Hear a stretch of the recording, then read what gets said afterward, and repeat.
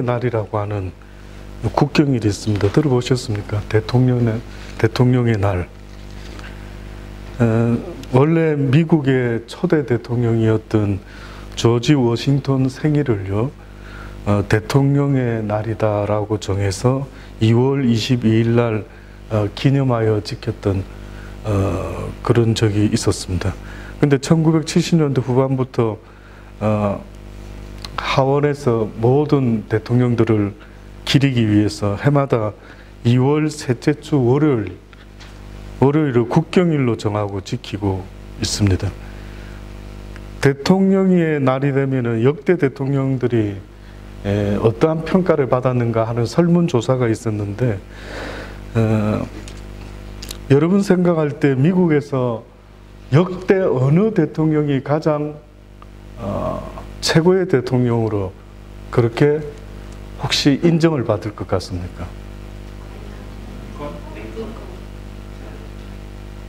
링컨이랍니다. 링컨. 한 7번 정도 갤럽에서 조사를 했는데 5번 정도 1위를 먹은 대통령이, 링컨 대통령이 5번 정도 1등을 먹었습니다. 링컨 다음에 혹시 누군지 아시겠습니까? 누가 인기가 미국 사람들에게?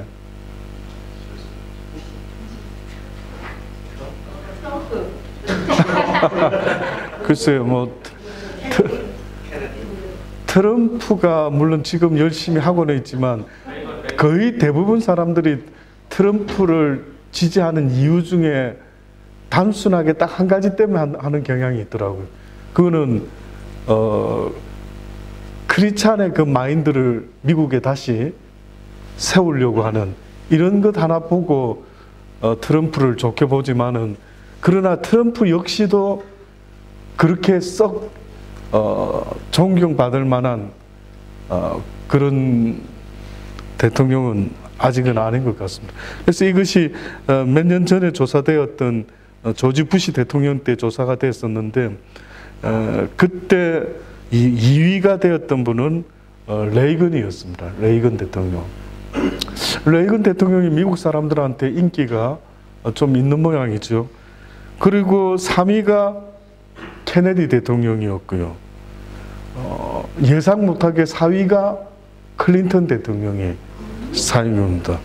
저 같으면 아예 순위에 넣지도 않을 것 같은데, 그런 자들이 그렇게 또 순위에 들어가는데, 뭐 이 갤럽에서 조사한 것이 정말 아주 제대로 된 조사일런지 어떨런지는 모르겠습니다만은 그렇게 조사가 됐고, 오히려 클린턴 다음이 루즈벨트 대통령 순서로 이렇게 나왔답니다. 그래서 이 아브라함 링컨이라는 이 대통령이 미국 사람들에게는 굉장히 아주 존경과 선망의 대상이고, 그 다음에 내가 대통령이 돼야 되겠다 하는 그런 비전을 가지고 있는 사람들은 오히려 링컨에 대해서 조사를 한답니다. 서칭을 하면서 도대체 어떤 리더십을 발휘했기 때문에 사람들이 링컨을 좋아할 수 있을까라는 그런 생각 때문인지, 그렇게 오히려 링컨 대통령에 대해서 조사를 할 정도로 닮고 싶은 대통령이라고 1위에 올랐던 것입니다. 근데 이거 미국 대통령은 그렇다 하지만 또 한 가지 더 여러분에게 물어본다면요, 성경의 주인공인 이 이스라엘이라는 나라, 이 나라에서 혹시 역대 인기 최고의 왕이 있었다라고 한다면 누구일 것 같습니까? 여러분 요즘 읽고 있죠? 성경을 읽고 계신데 어떻게 느껴져요? 이스라엘 사람들은 과연 어떤 왕을 최고의 왕이었다라고 치는 왕이 있을까?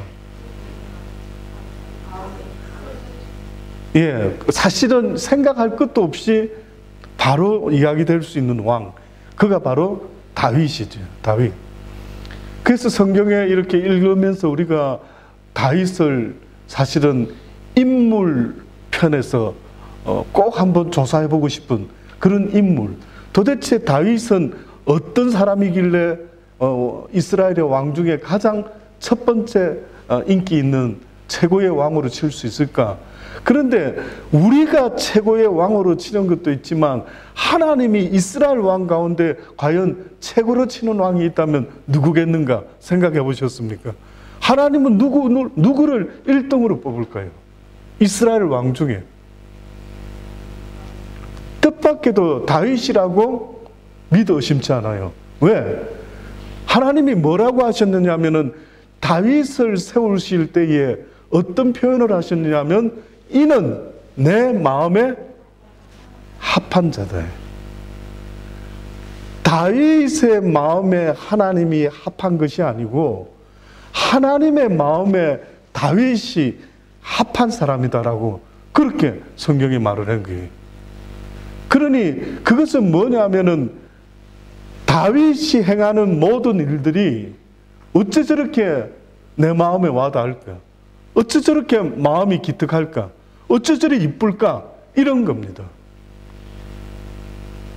쉽게 말하면 하나님의 마음과 다윗의 마음이 연결이 돼 있었어요. 혹시 여러분 이 세상 살아가면서 마음이 연결되어 있는 그 누군가와 연결되어 있는 있습니까? 물론 뭐 가족들끼리는 연결이 되어 있겠죠. 신기하죠. 저희 아이들도 잘 압니다. 너희가 다치고 힘들어하면 아빠도 엄마도 마음이 어때요? 아프죠. 뭘로 연결이 돼 있어요. 다른 옆집 아저씨나 뭐 저쪽 동네 아저씨가 누가 뭐 힘들어하고 이러면 이렇게 막 안 됐다 이런 거 있습니까? 신기하죠. 누군가가 힘들면 내 마음이 힘든 그런 사람이 있다고요. 그 중에 1순위는 물론 가족이겠죠. 그런데 하나님이 어떻게 보면 가족 때문에만 힘들어하는 인생이 있다면 그 인생은 실패라는 거예요. 우리는 성공인 줄 알고 있지만 가족 때문에 힘들어하는 것은 하나님을 알지 못하는 사람들도 똑같다라는 거예요. 전혀 다를 바가 없다.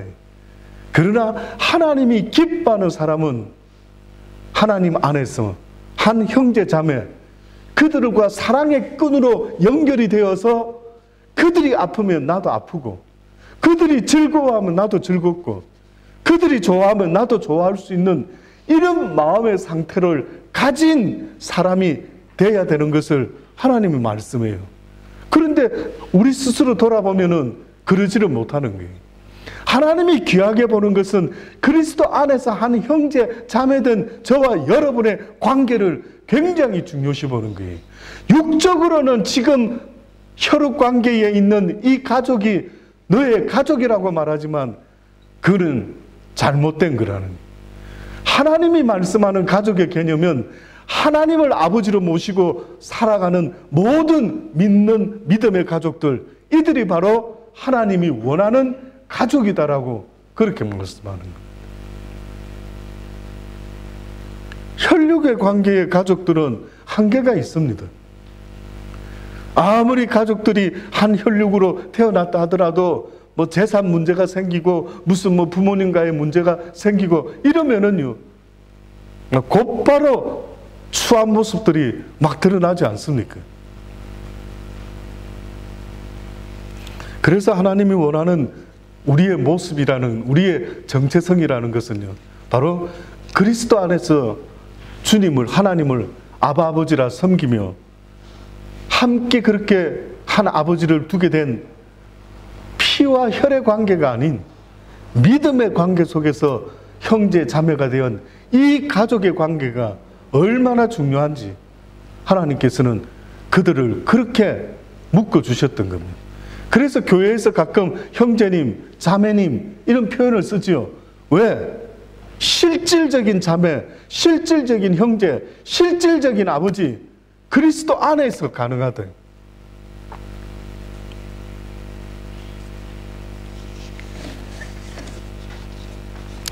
그래서 다윗이 어떤 면에서는 하나님과 그런 관계였습니다. 그렇게 마음이 연결이 됐어요. 그러니까 하나님은 다윗 하는 일 보면 흐뭇해 하시고 마음이 그냥 좋으셨던 모양이에요. 다윗은 이새라고 하는 아버지를 둔 막내 아들이었습니다. 하나님이 사울의 좋지 못한 불순종의 모습을 보고요, 결정하시죠. 안 되겠다. 이제 사울을 제끼고 누군가를 세워야 되겠다. 그래서 사무엘에게 명령하고 사무엘은 그걸 찾아서 떠납니다. 드디어 이새의 집에 도착해서 그 큰 아들을 딱 보니까 인물이 좋고 키도 크고 괜찮은 거죠. 바로 여기 저 사람이 이제 드디어 두 번째 이스라엘의 왕이 될 모양이구나 라고 생각했는데 하나님이 아니라는 거예요. 너희 사람들은 사람의 외모를 보지만 나는 그들의 마음 중심을 본다라고 그렇게 이야기하는 거예요.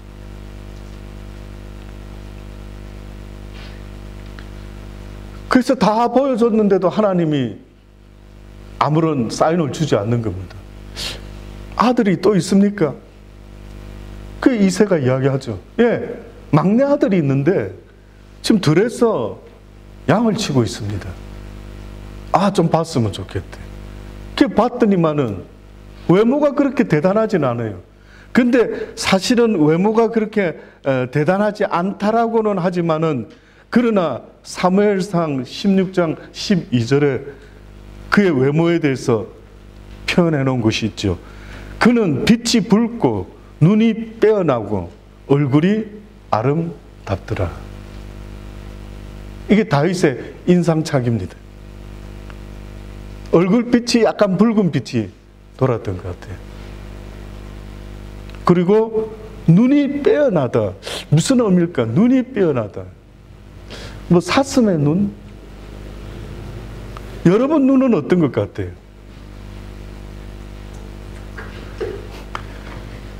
동태의 눈? 아니면 사슴의 눈? 그런 분 있습니까? 사람은요, 눈이 상당히 중요한 것 같더라고요. 사람 딱 쳐다볼 때 여러분 얼굴 본다 그러죠. 근데 저는 엄밀하게 말하면 얼굴 본다라는 표현도 물론 틀린 건 아닌 것 같지만 눈을 보게 되더라고요. 눈. 근데 진짜 어떤 사람은 눈이 매력적인 사람이 있어요. 눈이 아주 눈빛이 뭔가 진하게 칼라를 더 입혀놓은 듯한 그런 눈. 그래서 보면은 똑똑하고 지혜롭고 뭔가 센스 있고 잘하는 사람들 보면 눈이 어때요? 눈이 매력적인 게 뭔가 공통점이 있어요. 그래서 그 사람의 눈을 쳐다보면은요, 어떻게 보면 그 사람의 중심이 어떤 사람인가를 알 수 있을 정도로 그 눈빛이 그만큼 중요하더라고요. 그래서 저는 개인적으로 눈이 큰 사람을 좋아합니다. 근데 막상 결혼해보니까 저하고 비슷한 사람을 만나긴 했는데, 근데 눈이 좀 크면은 뭔가 맑은 것 같고 뭔가 마음이 깨끗한 것 같고 이런 느낌이 있지 않습니까? 그래서 저는 개인적으로 자랄 때 컴플렉스가 눈이 작아가지고 그런 지적을 받은 적이 많이 있었지만, 어쨌든 이 눈이라는 게 아마 그렇게 중요한데, 다윗이 인물이 없었다 이런 게 아닌 것 같아요. 그 눈빛이 벌써 언급해 놓은 것처럼 빼어났다 이렇게 해놨죠. 그 다음에 얼굴이 아름답더라. 전체 눈, 코, 입 모든 구조가 적당한 위치에 이렇게 잘 붙어 있는 그런 아름다운 외모였다라고 이야기를 합니다. 그래서 이제 드디어 하나님께서 사무엘을 통해서 다윗을 그 다음 왕으로 이미 축사를 하시죠. 그래서 하나님의 성령으로 충만함을 입는 은혜를 얻게 됩니다. 그 이후에 이 다윗이 세 형들이 전쟁터에 나와 있었어요. 20세 이상이 돼야 됩니다.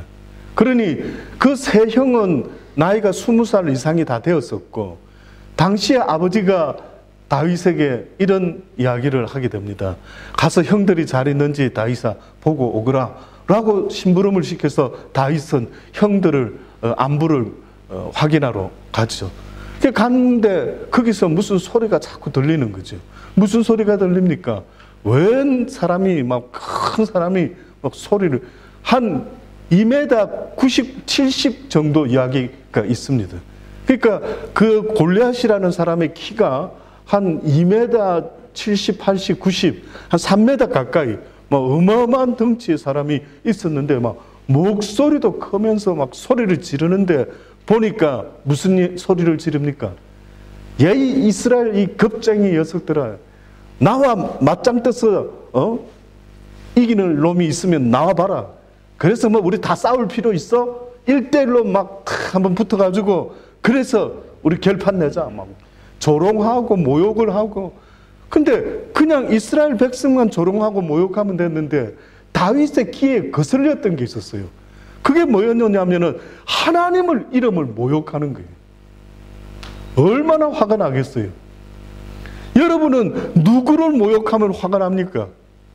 우리 자녀들 입장에는 뭐 부모님, 엄마, 아빠 누군가가 막 함부로 대하고 막 싸우려고 하고 이러면 뭐 자녀들은 뭐 다 똑같이 그걸 보고 가만히 있을 자녀가 어디 있습니까? 저도 저희 아버님, 어머님 살아계실 때에 누군가가 건드리면 막 젊은 저가 막 용서치 아니하리라 막 이런 마음이 있었죠.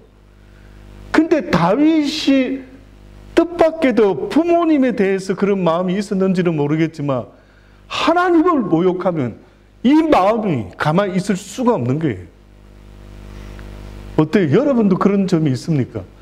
누군가가 하나님에 대해서 막 함부로 말하고 야 하나님이 어디 있어 하나님이 뭐 이렇게 이야기하면 다윗의 마음에 그 격동함이 이루 말할 수가 없는 거예요. 그래서 다윗이 아니 누가 이렇게 살아계신 만군의 여호와 하나님의 이름을 저렇게 모욕하는 놈이 다 있지? 라고 딱 보니까 세상에 골리앗이라는 이 거인이 나타나가지고 이스라엘 진영에다가 외치는데 그렇게 하나님을 모욕하지 않습니까? 그러니 이 다윗이 그 믿음으로 가만히 있을 수가 없었던 거예요. 이것이 믿음의 사람, 이것이 하나님의 마음에 합한 사람의 모습을 좀 보십시오. 그래서 결국은 다윗이 화가 나서 도대체 저 짐승만도 못한 저런 놈이 어디서 감히 만군의 여호와의 이름을 모욕하고 저렇게 욕되게 하지? 사울 왕에게 가지요. 나를 보내주소서. 내가 가서 저놈하고 한판 뜨겠습니다. 이야 어린 네가. 다윗이 그때 막내인데 형들보다 막내인 그가 나이가 한 16살 17살 정도고 뭐 준성이, 예찬이, 정재 그쯤 될런지 저 나이밖에 안 됐어요. 저 나이. 그런데 그 소리를 듣고는 사울 왕에게 가서 내가 그놈을 혼을 낼 거니까 허락해 주십시오. 그때 성경에 보면은요,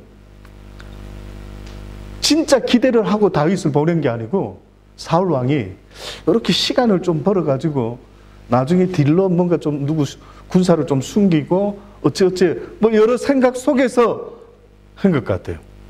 그래서 다윗에게 오케이, 그러니까 한번 나가봐라. 막 칼도 주고 막 갑옷도 주고 한번 입어보니까 뭐 이 16살, 17살 이 소년이 너무 무거운 거죠. 그래서 그는 괜찮습니다. 그냥 제가 평상시 때처럼 할 수 있을 것 같아요. 제가 양을 먹일 때에 이 사자와 곰이 나타나서 때로는 붙잡아 갈 때가 있습니다. 그러면 저는 그때 잽싸게 달려가가지고 물맷돌을 막대기에 끼워서 돌려가지고 그들을 혼내서 양을 찾아옵니다. 그러니 걱정하지 마시고 그냥 원래 복장대로 제가 해서 물맷돌만 한 5개쯤 챙겨서 나가겠습니다. 다윗이 그 정도로만 해서 나가겠다라는 거예요. 그래서 허락을 합니다. 그때 오늘 이 본문의 말씀의 이야기가 그 이야기입니다. 블레셋 사람이 점점 행하여 다윗에게로 나오는데 방패든 자가 앞섰더라. 그 사람이 다윗을 보고요, 업신여기죠. 어디서 이 조그만한 녀석이 이게 도대체 뭐하러 나왔지? 그때 다윗이 외치는 믿음의 고백이 있습니다. 뭐라고 외칩니까? 너는 칼과 창과 단창으로 내게 나오지만 나는 만군의 여호와의 이름으로 곧 네가 모욕하는 이스라엘 군대의 하나님의 이름으로 내게 가노라. 주의 이름으로 그는 가겠다라고 말하는 거예요. 다윗이 살아가면서 그의 믿음은 어떤 믿음이었느냐 하면은 그는 자기 이름으로 사는 사람이 아니에요. 그는 무슨 일을 만나든지 여호와의 이름으로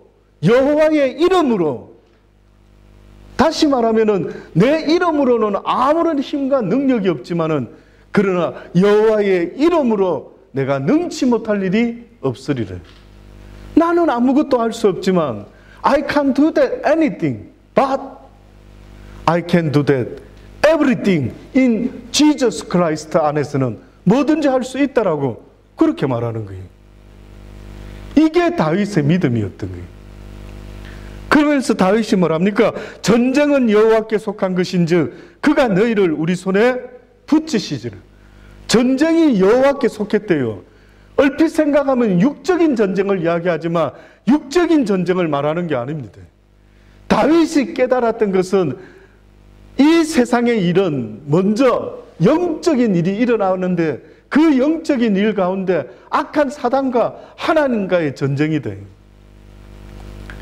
지금 이 세상에서 일어나는 모든 전쟁은 사람과 사람 사이에 일어나는 전쟁이 아니라는 것을 그 어린 아이가 깨달았던 겁니다. 하나님이 부어주신 그 성령의 은혜로 깨달은 것인지 아마 그렇겠죠. 그 놀라운 깨달음의 은혜가 다윗에게 있었던 겁니다. 그래서 다윗은 이런 싸움이 나 다윗과 골리앗의 싸움이 아니라 어떻게 보면 하나님과 악한 사단과의 싸움이다라고 믿어 의심치 않았던 거예요. 누가 만군의 여호와를 이길 자가 있을까? 여러분, 육적인 전쟁에서 우리가 이길 수 있는 것은 하나님께서 영적으로 이기실 때만이 가능한 것입니다. 그러니 전쟁은 여호와께 속한 것이다. 여호와께서 하시고자 하시면 이기고 여호와께서 내버려 두시면 이스라엘 병사들이 내 그렇게 쫓겨다니고 죽게 되는 이런 일들을 보지 않습니까? 겨우 하나님께서 움직이실 때야 이기지 그렇지 않으면 계속 지는 거예요.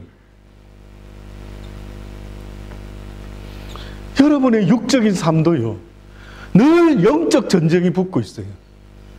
여러분이 선한 일을 알고 있고 내가 이렇게 해야지 하는데 알고 있는데 안 되는 거예요. 내 집니다. 어찌 그래 늘 지는지 스스로 돌아보세요. 하나님이 원하는 기쁜 일을 행하며 살아야지 라고 하지만 그 일을 하지를 못하는 거예요. 또 지고 또 원치 않는 그런 짓을 하고 있고 얼마나 속상한지 모릅니다. 그럴 때마다 해야 되는 기도가 있는 거예요. 그게 바로 주여 나를 도우소서. 주의 이름으로 승리할 수 있도록 도와주십시오.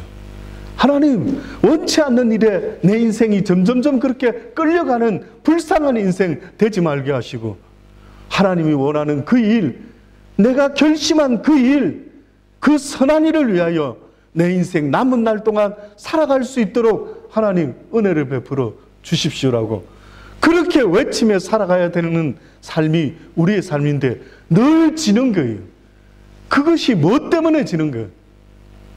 하나님이 돕지 아니하면은 우리는 이길 수가 없게끔 되어 있다. 아직도 모르십니까? 아직도 내가 하나님께 가까이 가려고 하는 것과 하나님께 가까이 가지 못하도록 하고자 하는 어떤 악한 힘이 날마다 나를 잡아 끌고 있는 거예요. 그래서 사도 바울 같은 분들은 어떻게 우리에게 고백합니까? 오라 나는 공고한 자라. 내 심령에서는 하나님을 섬기고 하나님이 원하는 일을 그래서 하나님이 마음에 합한 사람처럼 다윗과 같이 그렇게 살고 싶은데 원치 않는 어떠한 육신의 법이 날마다 나를 사로잡아 오는 것을 내가 보는도다. 오라 나는 공고한 자라. 그게 공고한 거예요, 인생이. 진짜 인생이 공고하고 답답한 것은 원하는 선한 일을 깨달았건만 그렇게 살지 못하고 원치 않는 악한 일에 종노릇하며 늘 습관적으로 그게 내 모습이거니 하고 살아가는 이 모습이요, 얼마나 답답한지 이루 말할 수가 없습니다. 언젠가 주님 앞에 설 것입니다. 언젠가 내 생명을 주신 그분 앞에 서게 될 것입니다. 너는 내가 준 그 생명을 가지고 무엇하며 살다가 왔느냐라고 물으실 날이 있다. 이 생명은 내 것이 아니다. 이 생명은 주신 분이 있는데 그분이 바로 만군의 여호와 하나님이시다.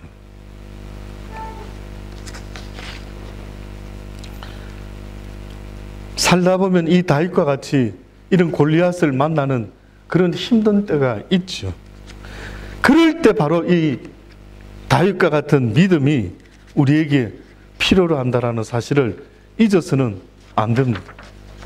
많은 사람들이 믿음이라는 것이 믿을만 할 때에 말을 하지만 실제 믿음이라는 것은 믿지 못할 그때에 필요로 하는 것입니다.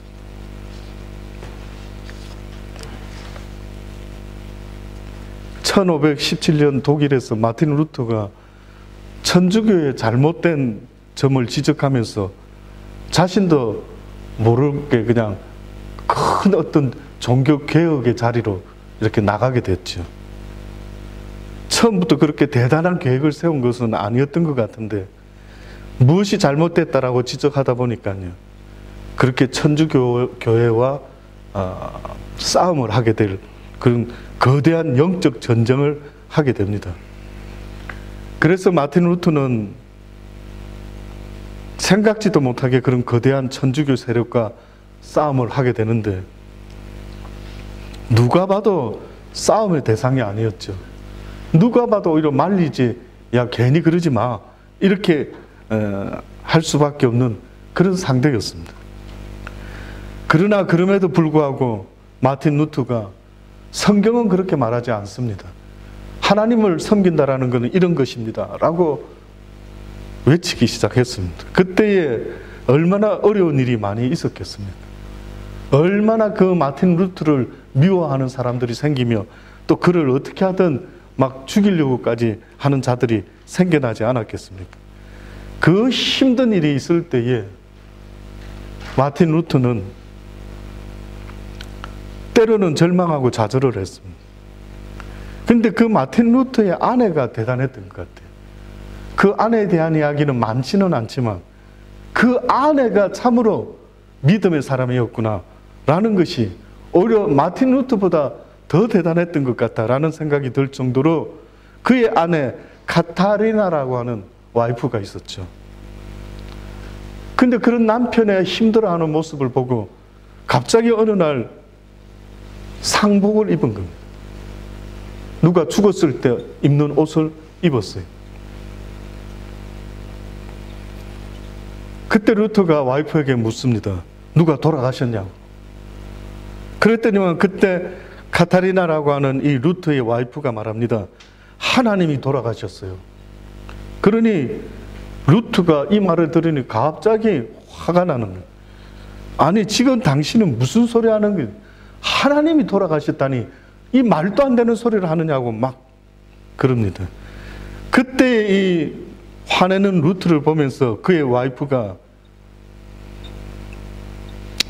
만약에 하나님이 죽지 않고 살아계신다고 하면은 당신이 이렇게 좌절하고 낙심할 이유가 없지 않겠느냐. 하나님이 죽은 것 아니면서야 믿음이 있는 당신이 절망할 이유가 없지 않느냐. 믿음과 절망은 이렇게 차이가 나는 겁니다. 여러분에게 하나님에 대한 믿음이 있다라고 하면서 절망할 수가 없는 거예요. 근데 혹시 절망하십니까? 어떤 일 때문에 이거는 안 돼. 이럴 수가 없어. 아니, 하나님을 모르고 그런 이야기를 하면 이해가 되지만 온 천하를 창조하시는 하나님, 죽은 자도 살리시는 하나님, 그 하나님에 대해서 나의 아버지라고 부르며 아바 아버지라 부르며 믿음의 생활을 하는 사람이 살아가다가 어떤 어렵고 힘든 문제가 생겼을 때에 이것은 안 될 거야, 이것은 할 수가 없어 라고 한다면 so funny다. 문제는 나에게 하나님에 대한 전적인 믿음이 없는 다윗과 같은 전적으로 하나님에 대한 그 존중함과 경외심과 믿어 의심치 않는, 전쟁은 여호와께 속하나니 인생의 승패는 여호와께 속하여 있나니 누가 그분의 뜻을 거스릴 수 있으리라.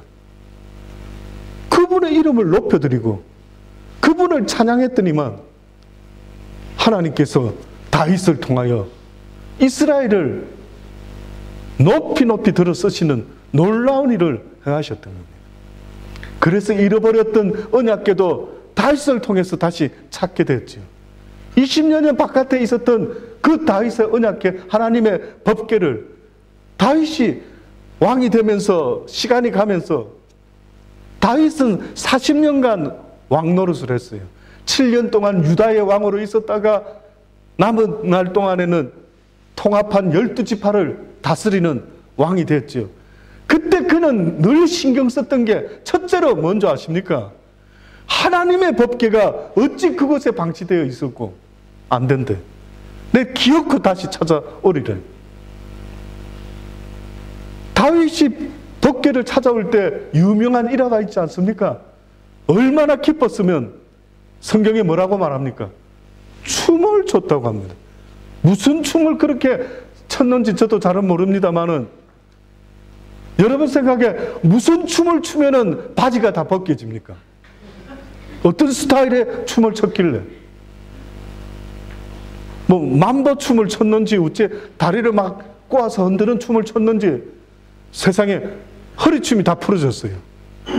한마디로 말하면은 뭐가 그렇게 기쁘다고 법궤가 돌아오니 그래 기뻐했어요. 그런 사람이 다윗이었습니까? 다윗이었습니다. 하나님에 대해서 마음 씀씀이가 생각하는 것이, 다른 기쁜 일도 많이 있었겠지만 오히려 자신의 기쁨은 하나님이 기뻐할 만한 그 귀한 일, 그것으로 인해서 막 기뻐했던 겁니다. 그의 아내인 미갈이 아주 조롱했죠. 우습게 여겼죠. 어휴, 저 왕이나 된 자가 저 채통도 없이 무슨 춤을 저렇게 막 춤을 저리 추사가지고 세상에 저렇게 창피스럽게 바지가 다 벗겨지고 막 아주 사사건건 이성적으로 지적을 했겠죠. 그러나 다윗은 달랐어요. 누가 뭐라고 짓든지 말든지 오직 여호와로 인하여 기뻐하고 즐거워했던 겁니다. 여러분의 인생에 있어서 무엇 때문에 기뻐하고 즐거워할 수 있는 일이 있을까? 우선순위가 남편, 아내, 아이들 될 수도 있겠지만 그 우선순위가 하나님이어야만 한다. 그래 연결이 되어 있는 거예요. 뭔가로 연결이 되어서 하나님이 기뻐할 것 같으면 나도 기쁜 것이고, 하나님이 슬퍼할 것 같으면 나도 슬픈 거예요. 그래서 다윗은 하나님의 마음을 헤아리며 결국은 언약궤를 그렇게 찾아오지 않습니까?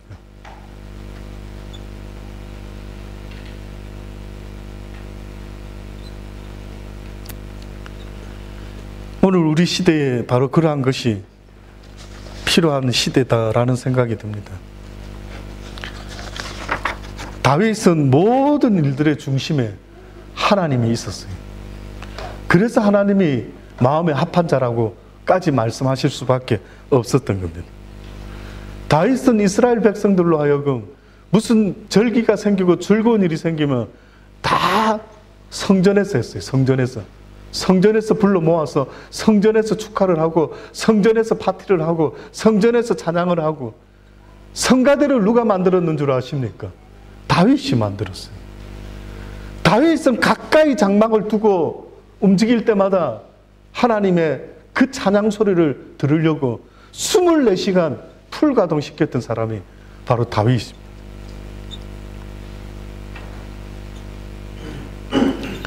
결국은 그는 자기는 성에 있지만은, 궁전에 있지만 내 하나님 계실 곳을 멋지게 지어야지 성전 지으려고 했죠. 그랬더니 하나님이 네 손에 피를 너무 많이 흘려서 네가 지을 수는 없다. 네 후에 짓게 될 것이다. 그래서 부지런히 재료를 모았어요. 부지런히 모든 걸 다 갖추어 놓고, 그리고 결국 솔로몬이 성전을 짓게 되었던 겁니다.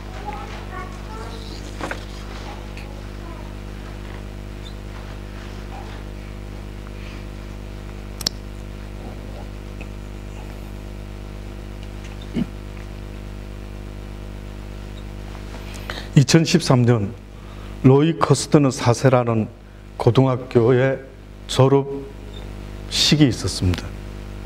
이때 졸업생들 대표로 강단에서 연설하게 되어 있는 한 학생이 있었는데,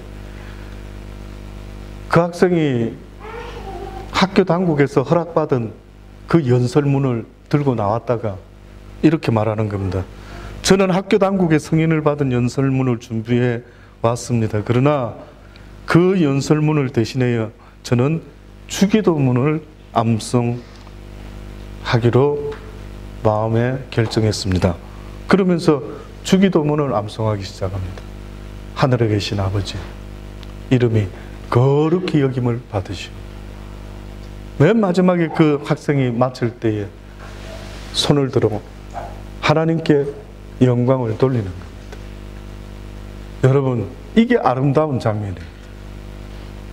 간혹 어떤 뉴스에, TV에 어떤 운동선수들 중에 모든 사람의 박수를 받아야 될 사람들이 그 모든 영광을 하나님께 돌리라고 그 손을 높이 들어 갓을 향하죠. 그건 볼 때마다 참 아름다운 장면이다. 내가 여러분의 박수를 받을 수 있는 존재가 아닙니다. 오직 하나님만이 우리의 박수를 받으시기에 합당하신 분입니다. 맞습니다. 다윗이 다윗 된 것도 하나님의 성령으로 시작되는 겁니다. 그러나 어떤 사람들은 하나님의 성령을 받았지만 결국은 자기의 자유의지가 그것을 거역하게 될 때 사울과 같이 악신이 들어서 하나님의 사람 다윗을 죽이려고 얼마나 힘들게 하는지 모릅니다.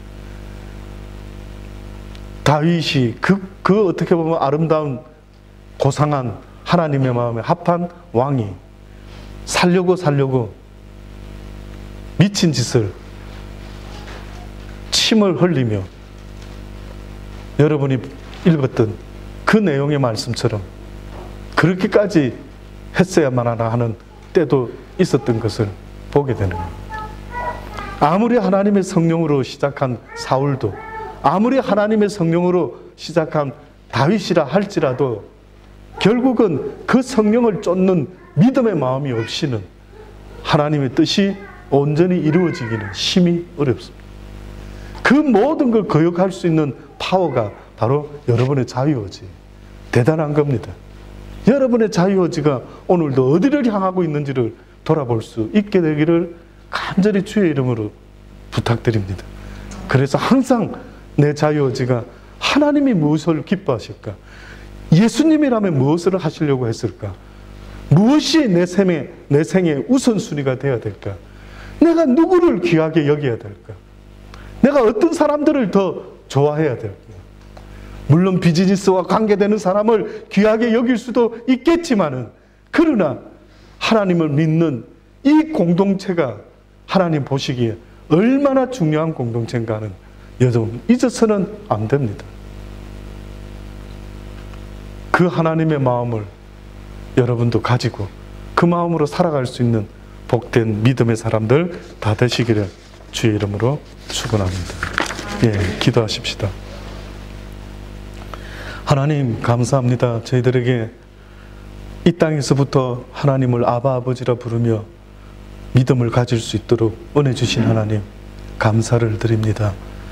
어려운 시기를 살아가고는 있지만은 이 모든 것도 때가 되면 다 이겨낼 줄 믿습니다. 모든 것이 다 하나님의 손에 있기에 하나님은 이미 승리하신 플랜을 갖고 우리를 이끌어가고 계시는 줄 믿습니다. 그래서 승리와 패배의 문제가 아니라 우리의 마음에 그 하나님에 대한 믿음이 있느냐 없느냐의 문제인 것을 잠시도 잊지 말고 하나님 그 믿음을 우리 마음속에 꼭 붙잡고 살아갈 수 있는 복된 하나님의 사람들 다 될 수 있도록 은혜 베풀어 주옵소서. 끝까지 승리할 수 있는 믿음을 붙잡게 하여 주옵소서. 그래서 끝까지 승리의 주님과 동참할 수 있는 우리의 삶이 되게 하여 주옵소서. 예수님의 이름으로 기도합니다. 아멘.